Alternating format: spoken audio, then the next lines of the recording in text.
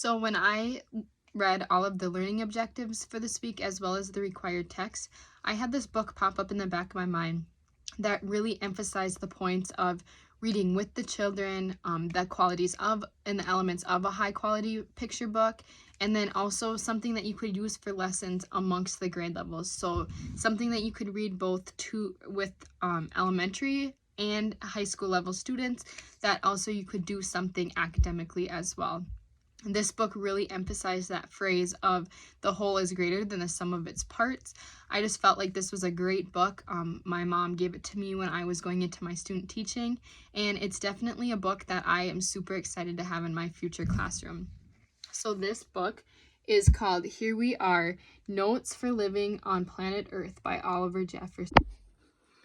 So in this book, I am going to show you a few of the elements that I think make it that high quality picture book. You can tell it's a hardcover book. It has a dust jacket on it, and the casing is different. So this is the dust jacket, and it has, if you open it all the way up, it has more on the back, and then on the inside flaps that go in the book has information. It has an image of the author and his baby. This is the casing. It has little imprints of stars and then this beautiful foil design. This is the spine of the book, and then the back has more of those imprints. So when you open it up, the end pages have constellations on them. It has a little quote and a compass, and this one has constellations on this side. If you flip it to the back of the book, it has the same quote here, and then another image of a constellation.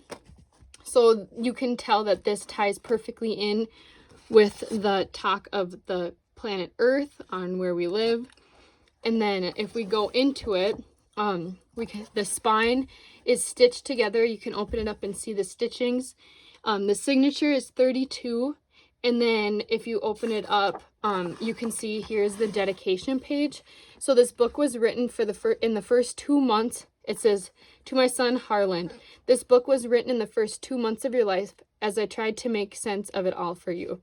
So you can tell that throughout this book, it's going to be about him and his baby, kind of talking about what the planet Earth is like for living. He has great illustrations. Many of them are double page spreads. They are very bright in the color. Trying to get the glare off.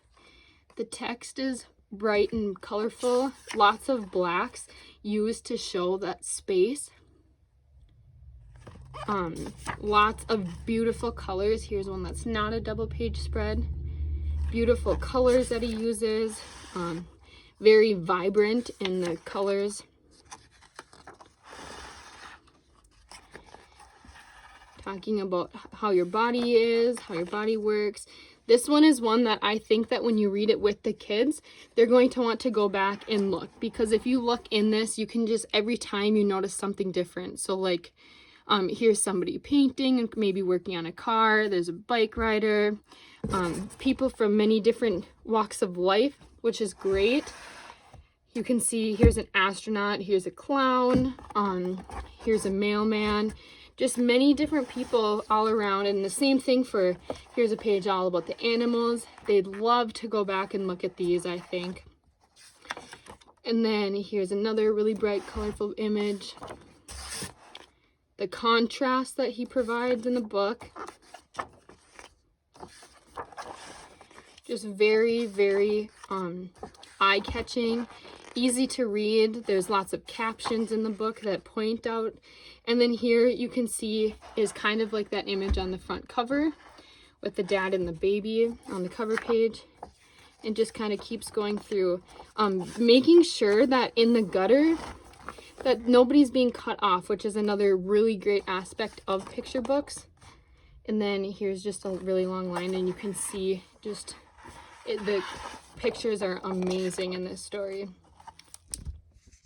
So as you can see, this book has lots of great elements that make it a great picture book, a high quality picture book. This book is a #1 New York Times bestseller. It's also the #1 Time book for 2017. Great author, great book. Just love the bright colors and everything. Definitely thankful to have this in my future classroom. For elementary, when you start thinking about it, you can put this down into elementary using this book for lessons. You could talk about the Earth and the solar systems for Earth science. You could talk about landforms. There's landform pages in geography. You can talk about similarities and differences between people as well as animals for English, writing, and then you can also go into social emotional. I feel like with the younger kids, talking about the kindness and how everybody is different and unique, and that's something that makes us all special. So this is great for elementary, but I also think you can use it in high school as well. You could talk about the solar system and the astronomy that's in with the book. You could talk about the history of the Earth, so more into the history side. You could even talk about creating a habitat that animals and plants could live in. You could maybe make one in an ecosystem. You could plan a proposal on how to keep our Earth clean and safe. That's always a great one that I think high school students love. Just getting out, typically around Earth Day, this would be a really great book to read, I feel like, as well. This book is great for reading with the children. Like I said before, when you read it, especially with those young and curious minds, they're going to have lots of questions about the world and the land and the sea and the skies and our bodies and how everything is so different, which it makes great for that classroom discussion.